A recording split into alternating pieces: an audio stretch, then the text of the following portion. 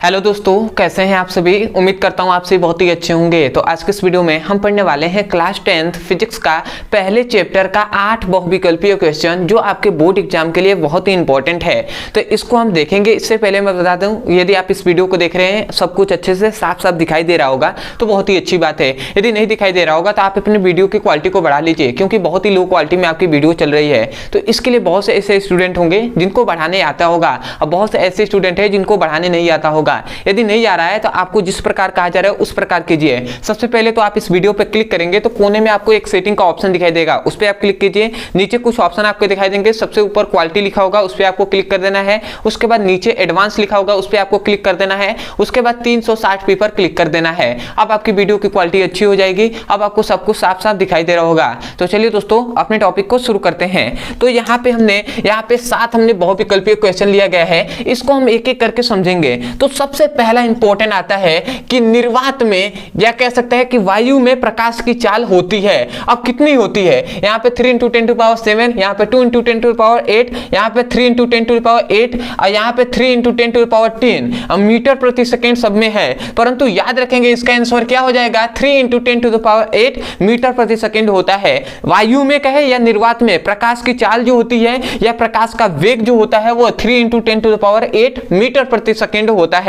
कभी कभी मीटर प्रति सेकेंड स्क्वायर दे देता है, तो ध्यान देना है कि मात्रक क्या होगा? मीटर प्रति सेकेंड होगा। ठीक है, आते हैं दूसरे पर। दूसरा है कि 50 सेमी फोकस दूरी वाले उत्तल लेंसों की क्षमता होगी। अब भैया यहाँ पे कहा जा रहा है कि 50 सेमी फोकस दूरी वाले उत्तल लेंसों की क्षमता होगी। यहाँ पे -2 डायोप्टर, यहाँ पे +2 डायोप्टर, यहाँ पे +2.02 डायोप्टर, यहाँ पे -0.202 डायोप्टर। तो हम जानते हैं कि लेंसों की लेंसों की जो क्षमता होती है, जो P होती है, वो 100 बाई क्या होती है? F होता है, और ये सेंटीमीटर में होता है। इतना बात हम जानते हैं। तो यहाँ पे दिया गया है क्या है? फोकस दूरी का मान 50 सेमी है। तो यहाँ पे F की जगह पे यदि हम 50 रखते हैं, ठीक है, तो 50 दूना 100, इसका मतलब क्या होगा? +2 में आ जाएगा P का मान। तो क्या हो जाएगा? इसका मतलब कि ये वाला जो होगा 2 डायोप्टर, ये आपका सही हो जाएगा। याद रखेंगे D लिखा गया है, इसका मतलब डायोप्टर होता है।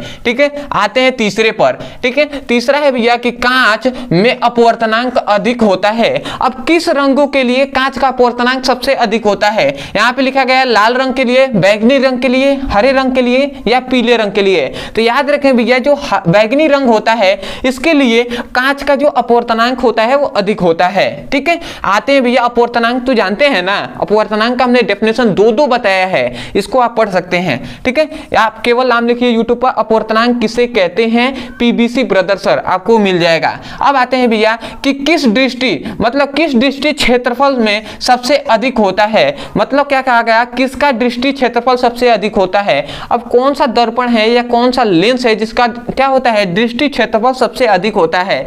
यहाँ पे समतल दर्पण है, यहाँ पे उत्तल दर्पण है, यहाँ पे अवतल दर्पण है, यहाँ पे उत्तल लेंस है। परंतु याद रखें भैया, जो दर्पण होता है ना, इसका दृष्टि क्षेत्रफल अधिक होता है। किसका? उत्तल दर्पण का। ठीक है, तो उत्तल लेंस आप समझिएगा, तो उत्तल लेंस नहीं, उत्तल दर्पण याद रखना है। आते हैं पांचवे पर। यहाँ पे कहा गया है उत्तल दर्पण से बने वाले प्रतिबिंब की प्रकृति होगी। मतलब उत्तल दर्पण से बनने वाले जो प्रतिबिंब की प्रकृति कैसी होगी।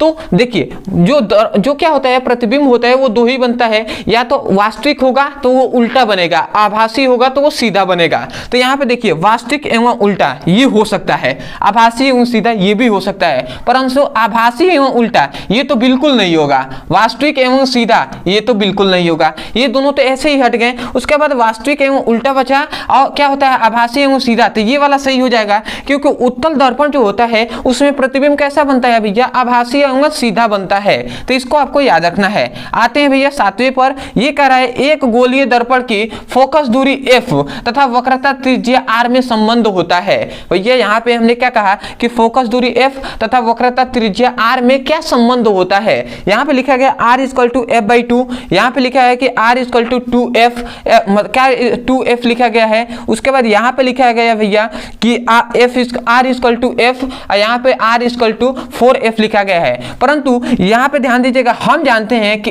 F = क्या होता है? R/2 होता है। ये तो हम जानते हैं समझना। तो यही ये अगर दिया है तो ऐसे, तो ये तो दिया नहीं है, तो इसको यदि हम 2 को ध्यान दीजिएगा इधर भेजते हैं तो r इक्वल टू 2f हो जाएगा। तो ये हो जाएगा आपका सही, r इक्वल टू 2f, ठीक है ना। तो इस प्रकार दे या इस प्रकार, दोनों बात एक ही है। आते हैं 7वें पर, तो ये कह रहा है समतल दर्पण की फोकस दूरी होती है। अब कहाँ होती है, तो समतल दर्पण की फोकस दूरी अनंत पर होती है। तो इसको याद रखना है कि समतल दर्पण की फोकस दूरी कहाँ पर, अनंत पर होती है। यहाँ पे शून्य दिया है 25 सेमी -25 सेमी, परंतु समतल दर्पण की फोकस दूरी अनंत पर होती है।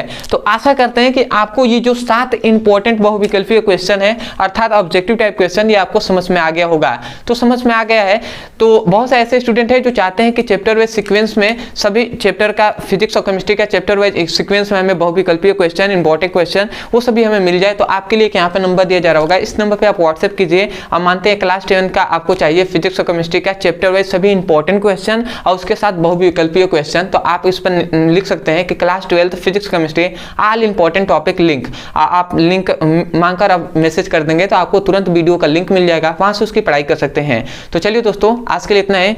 मैं यही कहूँगा, यदि आपको वीडियो अच्छा लगा तो सबसे पहले तो सब्सक्राइब कर दीजिएगा चैनल को, वीडियो को लाइक कर दीजिएगा, हो सके तो हमें कमेंट सेक्शन में जरूर बताइएगा कि आपको वीडियो कैसा लगा।